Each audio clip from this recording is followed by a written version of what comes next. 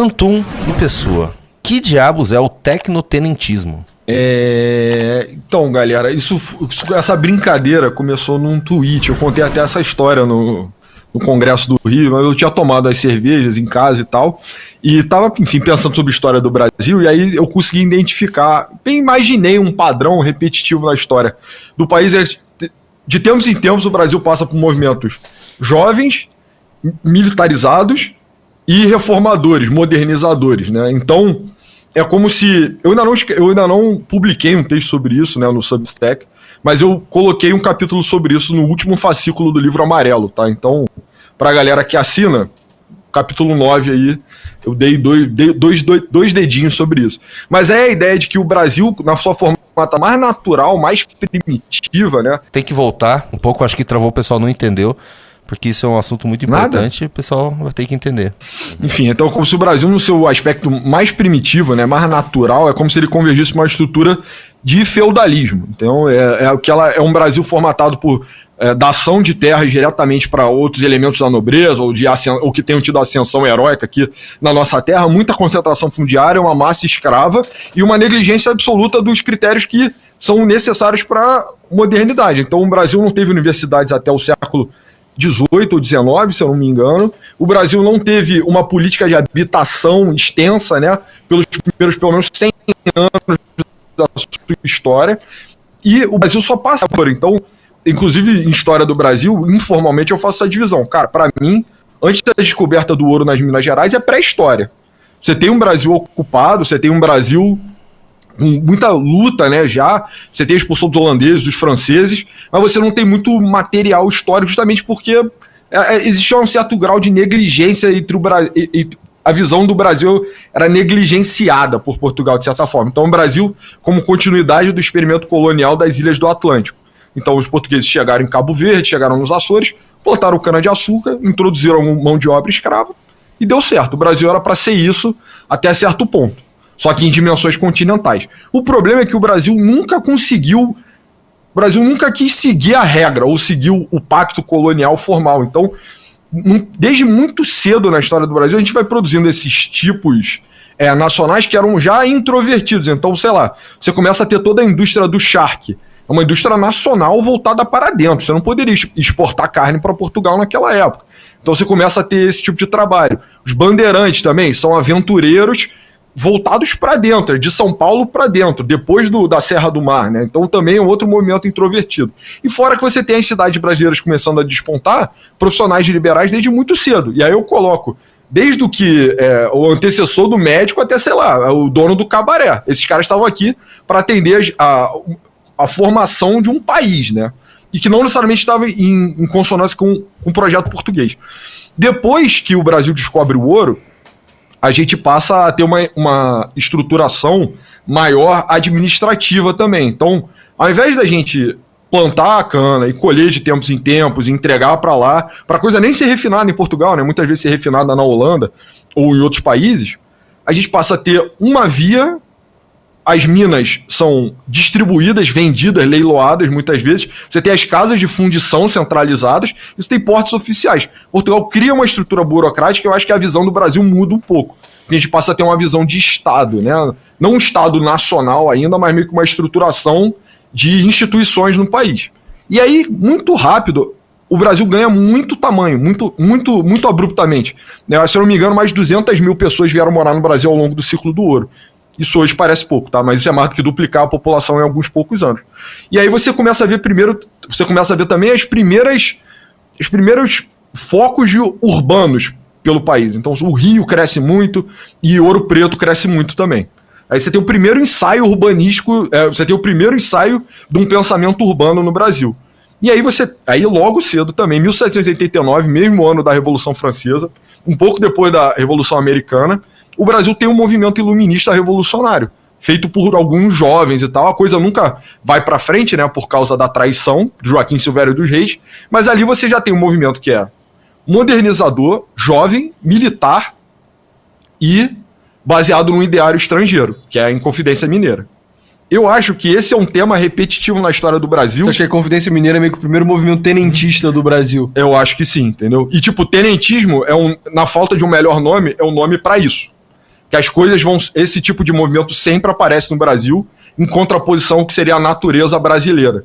Então, aí tem outros ao longo da história do Brasil, mas aí vamos pular para o tenentismo de fato. Espero que todo mundo saiba o que é, né? Eu acho que é o movimento político mais importante do século XX no Brasil. Então, dado o contexto ali da República Velha, os militares muito chateados com a perda de relevância política, né? Eles foram os pais da independência. Mas depois eles passam a ser relegados em favor da República do Café, com leite. Eles se rebelam pela primeira vez em 1922 no Forte de Copacabana. É uma história muito foda, eu não vou entrar muito nisso. Todo mundo deveria conhecer o Forte de Copacabana e ir na exposição. Mas o que acontece é que é uma revolta que começa por motivos familiares, então é derivado da prisão do Marechal Hermes da Fonseca, que tinha sido presidente, e é um sobrinho dele que começa a rebelião, mas ela muda completamente no meio. Então ela termina com o episódio do 18 do Forte, quando 17 tenentes, alguns suboficiais e alguns praças, marcham pela praia de Copacabana para enfrentar as divisões do Exército Brasileiro. E aí eles morrem, né? Inclusive um civil entrou nessa história no meio da marcha, e o que para mim representa que ao final da revolta já não era uma coisa sobre família mais, mas tinha um sentimento maior mesmo. O que eu acho, cara, é que é uma repetição desse tema da Inconfidência Mineira, e que é importante para a gente entender o que vai acontecer na política brasileira daqui para frente. Os tenentes tiveram essa revolta em 22, que foi um fracasso, mas que elevou muito o imaginário nacional, a necessidade das pautas de modernização, de uma política representativa, uma visão mais nacionalista do Brasil, de um Brasil que tivesse as instituições melhor ajustadas. E aí isso em 24 vira uma outra revolta, grande em São Paulo, e aí em 30 você tem a ascensão do Vargas. Eu sei que vários outros elementos estão na margem disso. Eu estou falando... A ascensão do Vargas tem a ver com as elites locais também, a elite do Charque no Rio Grande do Sul, a elite paraibana, sei de tudo isso, tá? Mas vamos fingir que eu tô falando só do evento dos homens, só os homens que lutaram pela coisa. E aí, esse movimento de 22 e toda a seção do tenentismo, que é um elemento que toma conta das tropas no Brasil, você tem os grandes nomes da política em todos os campos, depois disso. Então você tem liderança na UDN, o Juarez Távora, tenente, você tem o Partido Comunista Brasileiro, você tem o Luiz Carlos Prestes, você tem o próprio Getúlio Vargas ligado ao movimento, você tem o trabalho do Siqueira Campos, e você tem muitos outros caras. É como o golpe militar eventualmente também tem o apoio de tenentes já muito maduros. Então meio que toda a política brasileira do século XX ela é moldada pelo tenentismo. Nesse sentido, eu acho que o tenentismo foi um movimento... Era o que, ideologicamente, então? Só pra galera saber. Então, é por isso que eu tenho resistido tanto até a escrever um texto estipulando o que é tecnotenentismo, é porque o tenentismo... O que é tenentismo? Então, ideologicamente, o que os tenentistas... Eu entendi a vibe deles, mas o que eles queriam, de fato. Eu li já alguns textos de tecnotenentismo e já estudei tenentismo, mas só pra contextualizar pra galera, assim. Contextualiza. Eu sei que a galera, todo mundo sabe o que é tenentismo, mas vai que tem alguém que não sabe, né? Eu sei, cara. Então, cara, esses caras nunca conseguiram estipular um manifesto único, mas eu acho que sentimentos em comum a política no Brasil é pouco representativa, o poder está muito longe dos grandes centros urbanos, então o voto livre não tem peso, tem uma agenda nacionalista e uma agenda modernizadora também. E aí, cara, quando você faz esse diagnóstico, a gente está em 2025 de novo, esperando o tempo dos tenentes. Eu acho que a ideia é meio... O que os tenentes acreditavam é meio que o que era o governo do Getúlio versus o governo dos caras do café com leite, assim.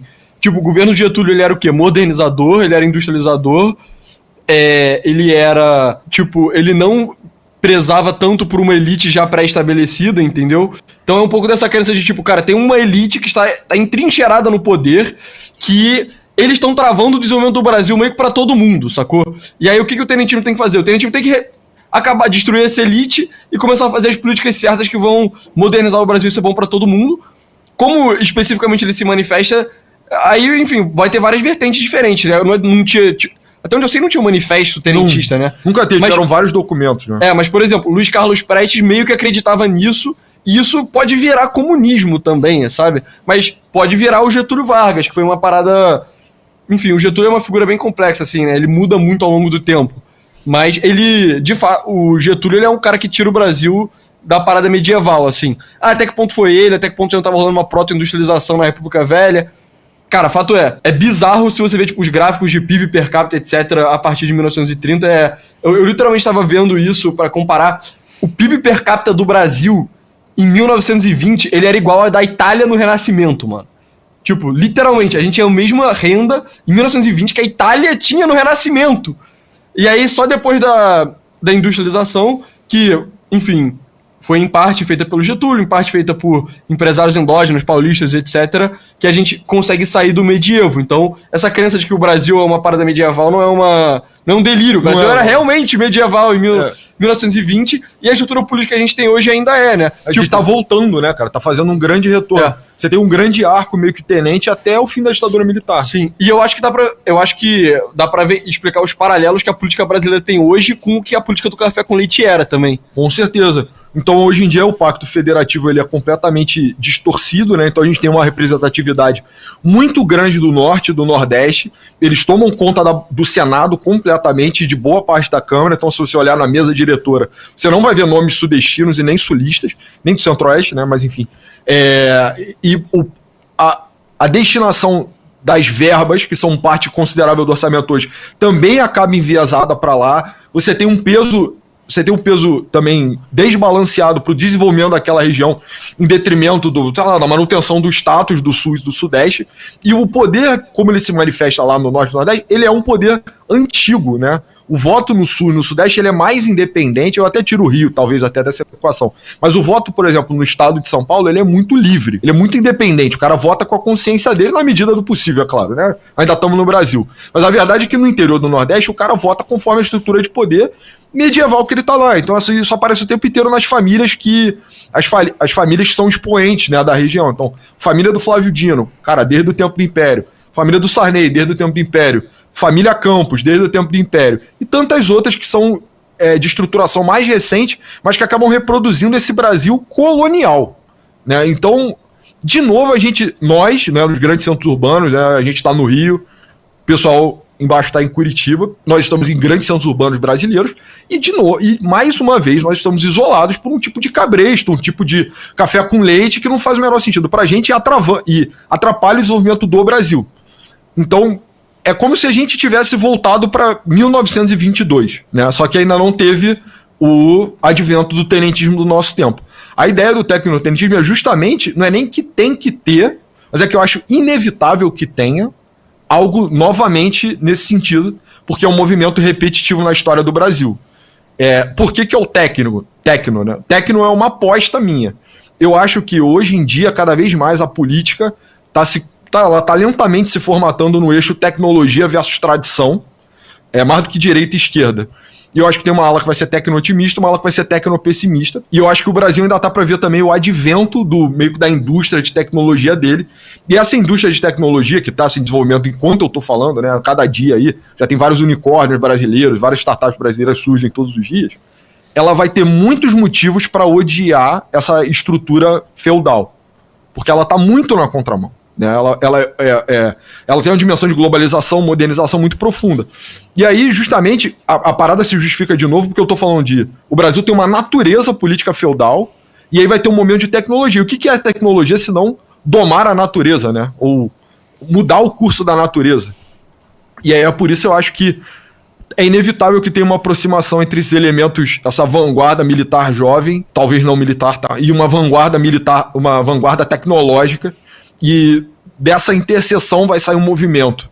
É uma aposta, tá? Pode vir a ser uma hiperstição, né? Que é tipo, cara, vamos repetir tanto que essa porra vai acabar se manifestando. Mas eu, honestamente, acho que nem precisa repetir, eu acho que é inevitável que aconteça, algo assim. Se é que não tá acontecendo já, enfim, né? A candidatura do Rafa tá aí, né? Posso colocar aí uns 2 centavos sobre o tema, após essa belíssima explicação pelo senhor do tecnotenentismo brasileiro? Cara, vou mandar um dos melhores textos, acho que o melhor texto que eu li sobre tecnotenentismo no Substack aí pro Júnior, se ele puder colocar na tela pra galera que estiver interessada. E eu achei muito interessante porque ele coloca que em certa medida já está acontecendo, porque algumas vias técnicas estão de frente com algumas vias burocráticas. E assim como o Anton falou, a gente está enfrentando agora alguns dos mesmos problemas que os tenentistas enfrentaram no passado. Só que os nossos meios de organização e de enfrentar o problema são tecnológicos. Então, por exemplo, agora nós estamos, pela tecnologia, nos comunicando com vocês e disseminando a ideia tenentista, tecnotenentista, que antes estava sendo disseminada nos quartéis paramilitares, e um falando para o outro, isso crescendo, e encontros. E agora, a gente dissemina isso aqui pelas redes sociais. E também tem a nova ascensão econômica de pessoas ligadas à tecnologia, que ainda não aconteceu de fato no Brasil, mas você pode colocar ali que já se desenvolveu, por exemplo, no setor do agronegócio, por exemplo. Uma elite agrária que dominou certos tipos de tecnologia. Inclusive temos até um representante no MBL, não sei se eu posso falar, mas tem gente que mexe com tecnologia e agro que ganha muita grana resolvendo problemas agrícolas, fertilizando o solo de uma maneira diferente, desenvolvendo um trator novo, e essas pessoas estão ligadas... pode falar, é uma crise, né?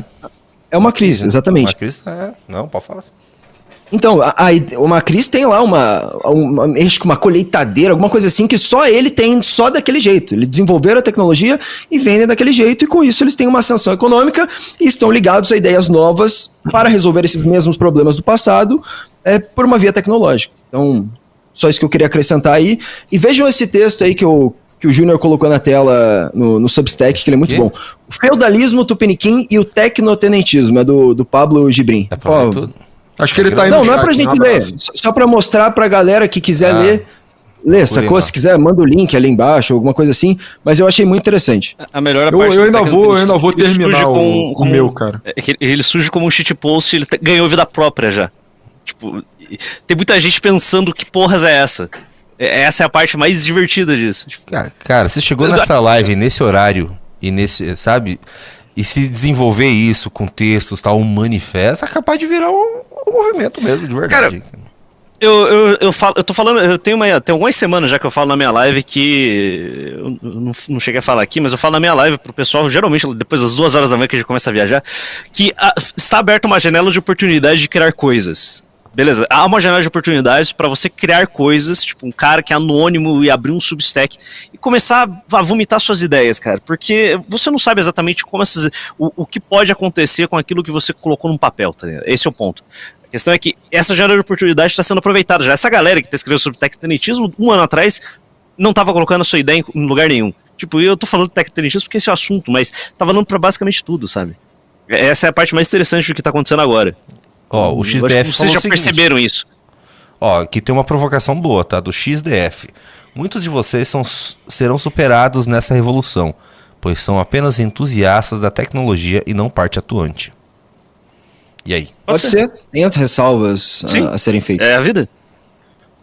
Cara, mas eu acho que não é wishful thinking.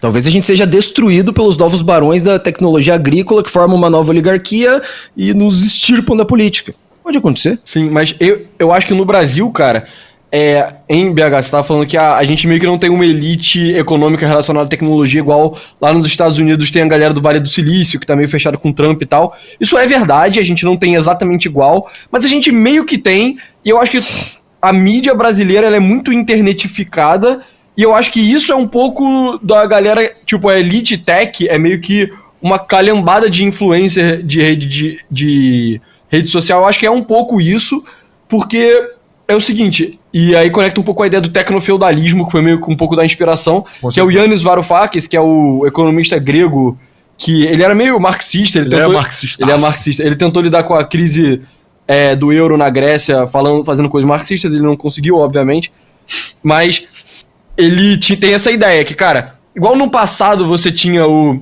feudalismo, que você tinha um senhor da terra, e ele meio que botava todas as pessoas numa situação servil a ele, porque ele tinha o monopólio da terra. No século XXI a gente vai ter o tecnofeudalismo, que é a ideia de você tem um senhor da tecnologia, que vai ser o Mark Zuckerberg, sei lá, o Elon Musk, o Sam Altman, escolha aí o seu barão das redes sociais, e todo mundo vai viver quase que como um servo no feudo digital dele, sabe? Só que a real é que, tipo, nós todos aqui temos canais no YouTube. O YouTube, ele meio que é o nosso senhor feudal, de certa forma. Tipo, a gente depende dele pra nossa subsistência e tal. Só que, tipo, nós somos meio que marqueses nesse esquema feudal, entendeu? Então, da mesma forma, o YouTube ele pode ser muito mais poderoso que a gente é meio que subserviente a ele. Mas a gente é meio que marquês nessa porra, tá ligado? Então, a gente tem algum poder dentro dessa, tipo, estrutura do tecnofeudalismo e a gente é meio que depende dele, sabe? Então, o caminho pelo qual essas ideias meio tecnofeudalistas estão tendo poder lá nos Estados Unidos através do J.D. Vance, através dos caras do Doge e de todos os caras do Vale do Silício que agora estão fechados com o Trump e estão implementando as ideias dele, cara, ele chega no Brasil através de pessoas meio que como nós, que dependemos desses caras para ter meio que o nosso sustento e a nossa influência meio que derivada disso, entendeu? Então, por exemplo, liberdade de... Oi? Por exemplo, um partido, né, cara? Dada a nossa utilização das redes sociais, a gente conseguiu entrar no poder político. Sem a tecnologia, nós estaríamos fora do jogo para esses barões. Por isso que nós somos players do tecnotenentismo, sendo marqueses dentro de uma rede social americana, a gente consegue influenciar as pessoas e entrar no poder. Só isso que eu queria acrescentar, pessoal. Exatamente, é exatamente isso. E apesar de hoje, tipo, os maiores barões aí das redes sociais brasileiras, pelo menos os metidos em política, serem os caras tipo Nicolas Ferreira e etc. Cara, você acaba tendo, que são bolsonaristas e tal, você acaba tendo uma pressão natural deles se alinhando com pautas que são tech, que são associadas ao pessoal tech nos Estados Unidos, entendeu?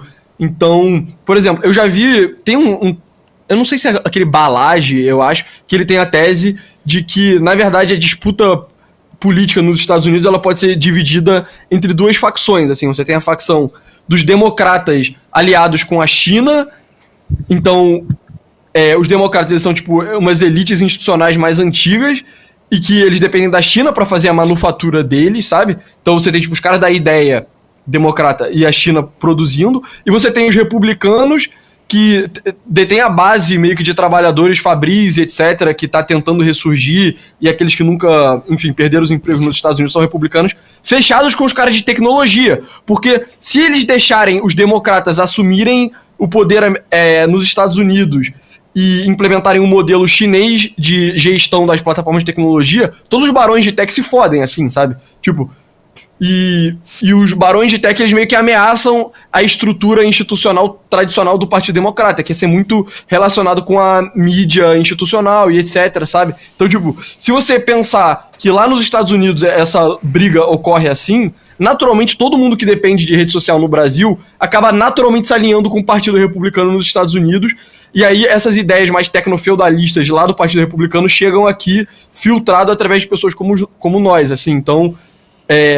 Enfim, essa parada do tecnotenentismo, ela é uma ideia, ela é muito legal, porque, via de regra, muita gente no Brasil e tal tem a ideia de que, não, as revoluções acontecem quando o povo tá muito fudido. Quanto mais fudido o povo tá, mais ele tende a ser revolucionário. Só que isso não é verdade, entendeu? E aí nego dá o exemplo da Revolução Francesa.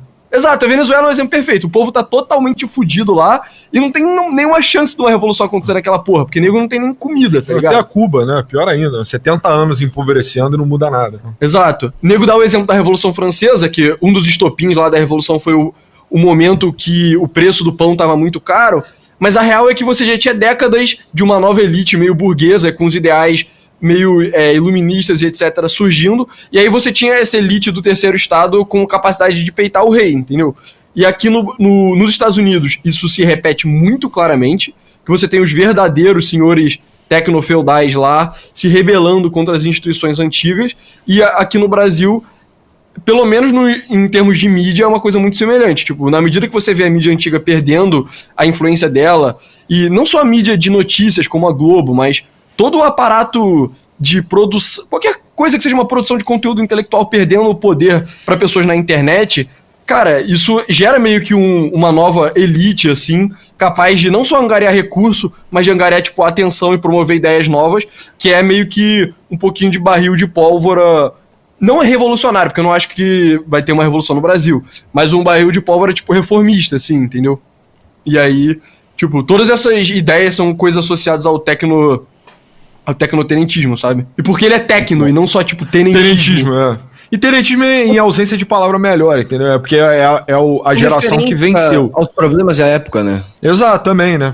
Mas eu acho que são, em parte, também os mesmos problemas dos Inconfidentes, cara.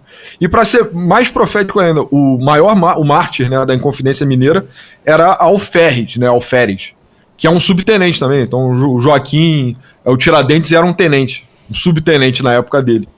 Aí 100 anos depois, outro tenente, Siqueira Campos, vai carregar um movimento que é muito parecido. Então, para mim, é inevitável que aconteça, sabe? A minha teoria é que tá acontecendo meio que aqui, agora, e não vale a pena, é isso que se defende, mas é meio que o espírito de modernizar e renovar, entendeu?